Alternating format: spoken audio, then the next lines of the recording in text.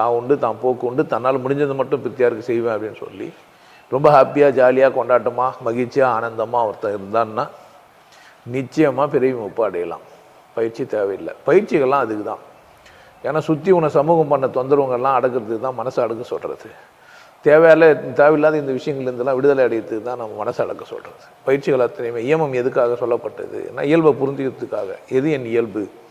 நியமம் எதுக்கு சொல்லப்பட்டது? ஆசனங்கள்லாம் எதுக்கு செய்யப்பட்டது? ஏன்னா முழுக்க தன்னை கவனிக்கிறதுக்கு, தன்னை வளமாக வச்சுக்கிறதுக்கு தான் செய்யப்பட்டது. ஸோ சமூக ஒழுக்கத்தோடு பொருந்தி வாழ்கிற ஒவ்வொரு மனிதனுமே தன்னை இழந்துடுறான். ஸோ தன்னை யாருன்னு கேட்டு நான் எதுக்காக வந்தேன்னு பார்த்து அப்படின்னா நிறைய பேர் வந்ததே பிள்ளையை பெற்றுக்கிறதுக்கு, குடும்பத்தை காப்பாற்றுறதுக்கு தான் சொல்லுவாங்க. இல்லை டாக்டர் படிக்கிறதுக்கு, இன்ஜினியர் படிக்கிறதுக்கு, வக்கீல் படிக்கிறதுக்கு, இந்த சமூக பொறுப்பு எடுத்து நிலைநிறுத்துறதுக்கு, இல்லை ஜாதிய விடுதலை அடையிறதுக்கு, இல்லை சமுதாயத்தில் மாற்றத்தை ஏற்படுத்துறதுக்கெல்லாம் பேசிப்பாங்க.